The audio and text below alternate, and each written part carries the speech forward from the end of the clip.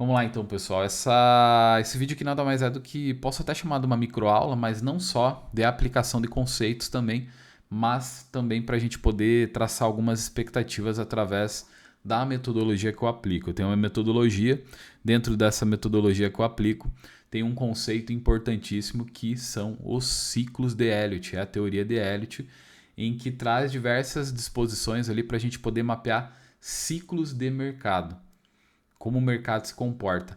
Eu não consigo apresentar todos esses conceitos aqui, senão a gente ficaria horas e horas falando sobre isso, porque tem, né, diversos fundamentos.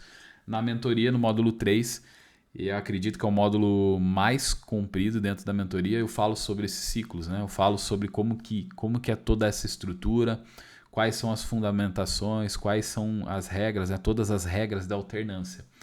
Aqui eu vou comentar rapidamente com vocês. E eu vou começar, por que eu comecei aqui por Nasdaq, que é um ETF americano, né? A primeira coisa que você pode pensar, o que é o que, né? Essa ETF aqui, eu já vou falar sobre isso, tá? Mas eu vou primeiro mostrar aqui para vocês, ok? E depois, com base nessa leitura aqui, eu vou para o Bitcoin, que é o foco desse vídeo, apresentar para vocês as expectativas, talvez, por que não, daqui umas 19, 20 semanas, talvez um pouco mais, talvez um pouco menos, né? Não vou querer cravar o tempo disso também, mas pode estar aí buscando 84 mil pontos, tá bom?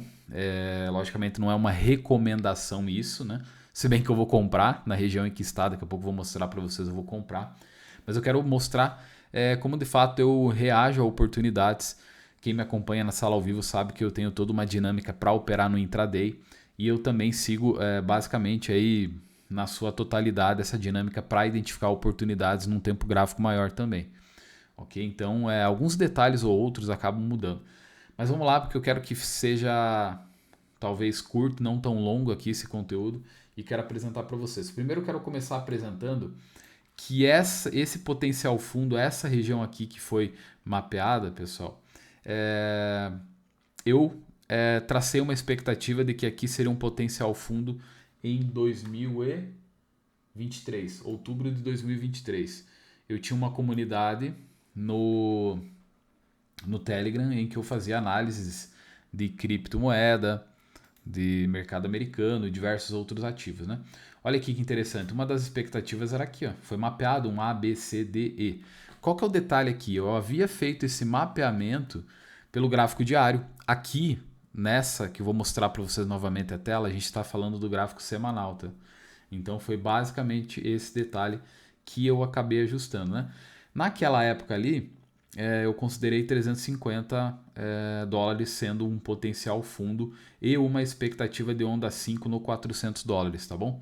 Por que eu tracei aqui uma expectativa no 400 dólares? Porque nessa análise que eu fiz na época, a onda 1, a expectativa de onda 5 era semelhante à onda 1, ok? Logicamente, esse movimento veio mais para as mínimas ainda, fundou mais, né? Buscou 250 dólares e logicamente, depois eu reajustei a expectativa de uma onda 5 do mesmo tamanho de uma onda 3. Inclusive, falando sobre isso, é um ponto importante que eu já comento com vocês. O que Elliott fala? Que uma onda 5 ela tende a ser do tamanho de uma onda 3 ou do tamanho de uma onda 1. Como que eu posso ficar atento a essa expectativa? Vamos lá, primeiro ponto. Se eu tiver uma onda 1 que seja longa e uma onda 3 que não seja tanto, é bem natural que a onda 5 não venha a ser longa, tá? Por quê? Porque Elliott destaca que a onda 3 é a principal onda, ela não pode ser a menor. Ela não pode ser a menor que todas, ela não pode ser menor que a 1 e a 5 ao mesmo tempo. Ok? Claro que o movimento aqui está pronto, ok? Mas em Bitcoin vocês vão entender, né, a cereja do bolo ali. Mas então entendam essa regra da alternância que vai fazer total sentido quando a gente partir para a expectativa do mapeamento em Bitcoin e por que eu acredito sim que pode ir, não é uma análise logicamente, mas por que pode ir em 85 mil dólares se eu não me engano. Beleza? Então assim, essa regra da alternância, ok? Então por isso que, ó, naquele momento se eu puxar o tamanho da onda 1 ia dar aqui, ó, tá? Então uma onda 5 né? Como que ela vai ser, como que ela até seria, e vocês vão ver em Bitcoin, do tamanho da onda 1, se ela não vai romper o topo prévio. Então, o mapeamento aqui é com base na onda 3, tá? Inclusive, olha que interessante, parece uma coincidência, eu estava analisando ali o Bitcoin hoje, e olha que bacana, ó, a onda 4, a onda 3 aqui, ó, eu peguei, né, com o imã, topo e máxima dela, joguei no fundo aqui da onda 4, olha aqui, ó. Então, acredito que podemos estar chegando ao final de uma onda, de um ciclo completo, e na sequência o preço possa vir aí para um ABC, né, um ABC flat, aí outros conceitos que eu não vou explorar tanto aqui, tá bom? Então é assim que funciona, tá? Outro detalhe também, vocês sabem, né, quando uma onda 1 aqui, uma onda 2, perdão, é simples, uma 4 tende a ser complexa, foi de fato que aconteceu, ok? Então aqui no gráfico semanal isso aqui está concluído, né? Eu mostro aqui para vocês, ó, naquela época eu considerei um fundo um pouco mais alto aqui, fazendo retração dessas regiões aqui, ok? E aí, de fato, quando eu puxei pelo gráfico semanal, nós temos uma expectativa mais baixa. Veja o nível de retração aqui, ó. Ó, veja o nível de retração onde que o preço parou, 61.8, ok? 61.8, tá? Um nível de retração. Basicamente é isso, tá, pessoal? Não vou me alongar muito nas explicações. Agora a gente vai para aqui, ó, Bitcoin, ok? Olha a estrutura de Bitcoin. Eu considerei isso aqui, ó, a onda 1, partindo dessa região aqui, tá? Para mim isso aqui que o preço fez anteriormente foi uma distribuição para poder reverter, tá? Ele veio de um processo de baixa, distribuiu e aí começou um ciclo de onda 1 e aí eu contabilizei nesse formato aqui, uma onda 1, uma onda 2 simples, uma onda 3, uma onda 4 complexa, tá? No gráfico, presta atenção aqui, ó, aqui no gráfico semanal, você vê que o preço atingiu qual região aqui? 50%, ok? Na verdade passou aqui, ó, nessa semana, certo? Então ele pode buscar o 61.8? Sim, só que há um detalhe importante aqui. Quando a gente para observar, nessa expectativa de canal, ele já cravou o fundo do canal. Logicamente que ele pode descer um pouquinho mais aqui, não precisa ser perfeito. Essa onda 4 aqui, ela não precisa ser perfeita. Mas normalmente uma onda 4, ela tem quantas ondas dentro dela? Tende a ter 5 ondas, tá? Se ela for complexa, tende a ter 5 ondas. E a expectativa que eu tracei foi isso aqui, ó, uma onda 1, onda 2 que tocou lá em cima, onda 3, onda 4 e aí fecha uma nova onda 5. Por isso que eu trouxe aquela expectativa dele voltar aqui em cima no 67 e depois voltar aqui novamente, podendo voltar ou no 52 mil dólares até o 47. Por que o 47, pessoal? Mil dólares? Porque é o 7640, ok? Tá? Agora há um detalhe aqui. Quando nós olhamos o gráfico diário, você vai perceber que talvez, que foi uma coisa que eu fiz em NASA, que eu fiz uma análise do ciclo da onda 4 pelo gráfico diário e achei que já estaria completando a onda. Veja só a importância de analisar o gráfico semanal também. No gráfico diário, você vai perceber que ele aparenta já ter feito as 5 ondas, né? Se a gente considerar aqui, ó, uma onda 1, onda 2, onda 3, onda 4, onda 5. Aqui pelo diário já aparenta ser o fundo aqui.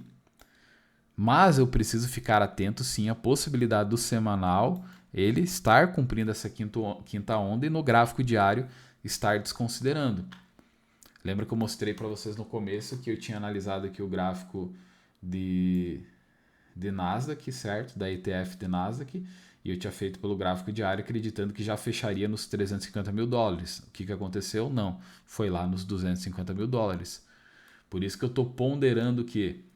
Eu estou ponderando isso aqui, correlação gráfico diário com gráfico semanal. E aí você pode estar pensando o quê? Bom, então eu devo esperar ele aqui embaixo, então, se você acredita que ele vem nos 50 ou 47 mil dólares? Não.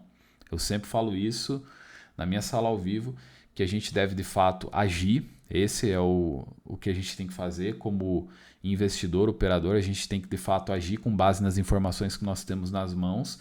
E aqui eu acredito sim que precede a oportunidade para a ponta compradora nesse patamar do preço. Caso o preço venha aqui, o que eu faria?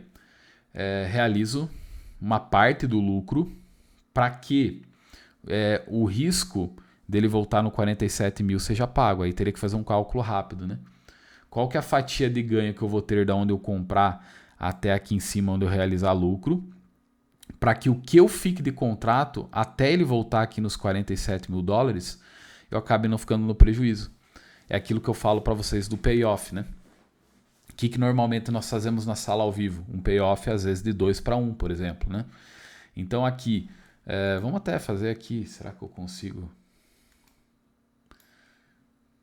Acredito que eu não vou conseguir aqui. Vamos lá. Vamos supor que eu faça... Aí, ó. Olha que bacana. Que eu entre aqui nesse patamar do preço, ele me deu um lucro de 20%, tá? De acordo com a mão que eu tiver aqui, eu preciso calcular o quê? Ele voltando até 47. Qual vai ser esse risco? Vamos considerar? Aí, ó. Até aqui, ó, são 17%, até 47 mil. Então, o que eu teria que fazer?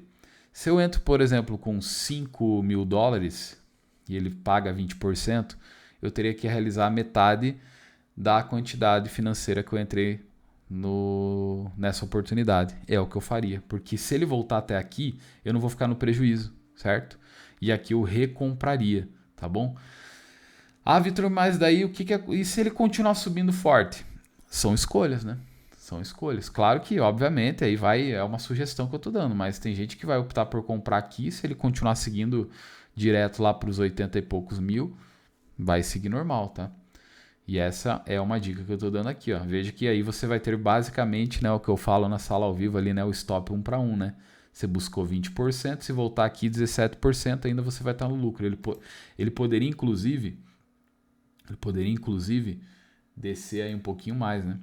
Ó, vamos supor que você comprar aqui até o topo aqui, ó, 20%, até onde você não levaria prejuízo se você realizar 1 para 1 lá em cima, 20%.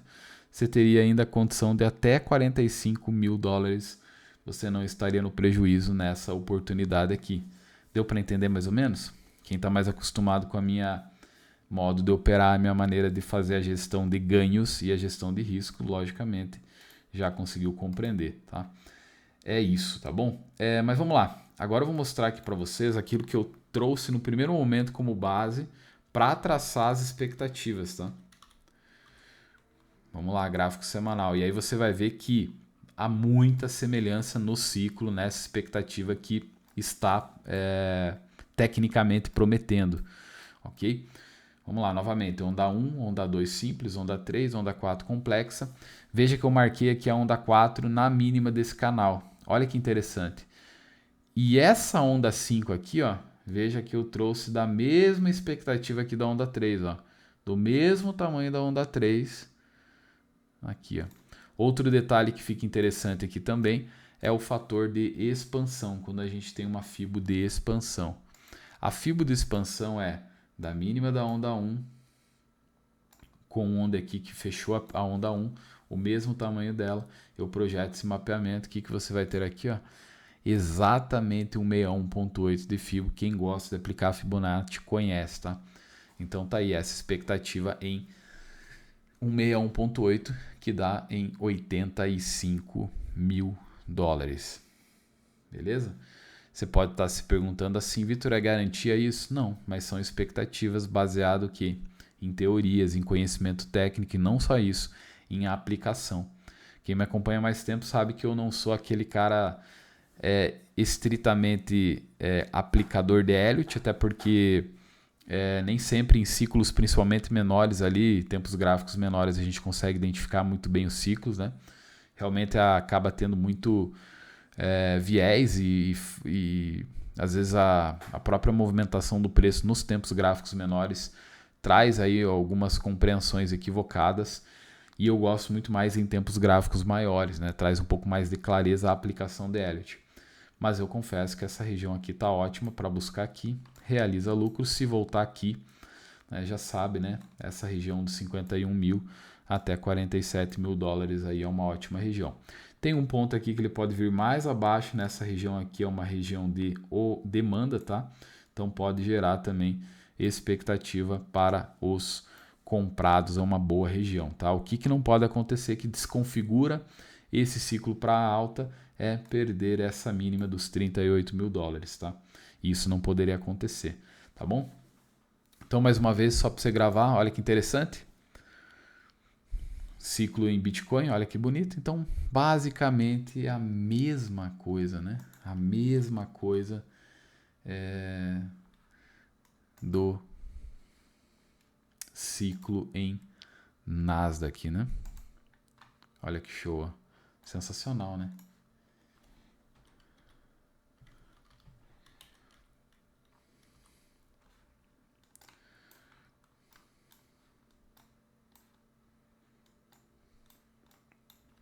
Eu vou colocar o gráfico de 3 semanas aqui para encurtar um pouco a análise. Olha aqui.